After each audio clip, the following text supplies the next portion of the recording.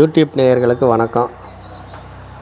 சளி தொல்லையிலேருந்து விடுபடுறதுக்கு நிறையா நாங்கள் எங்கள் அப்னாஸ் டைரியில் கொடுத்துருக்கோம். அதை நீங்கள் பாருங்கள், அதை சப்ஸ்கிரைப் பண்ணுங்கள், கமெண்ட் பண்ணுங்கள்.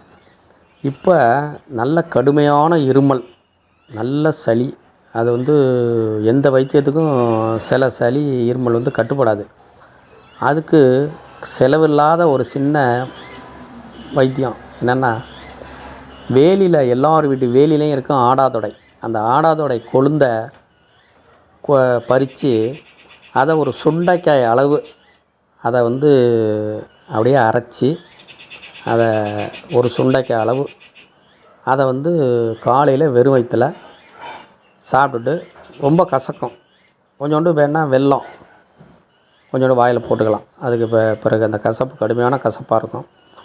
அது 3 நாளைக்கு சாப்பிட்டா போதும். 3 வேளை 3 நாளைக்கு சாப்பிட்டா போதும். நீங்கள் எப்பேற்பட்ட இருமல்லிருந்தும் சளியிலிருந்தும் எளிதில் விடுபடலாம். இதெல்லாம் அனுபவபூர்வமாக செஞ்சு சாப்பிட்டு அதிலேருந்து விடுபட்டு சொல்கிறது தான் இது. இது நீங்கள் எந்த விதமான பக்க விளைவுகளோ எதுவுமே வராது.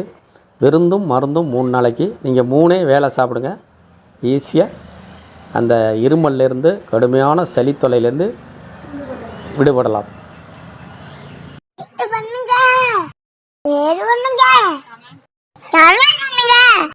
பாய் பாய்.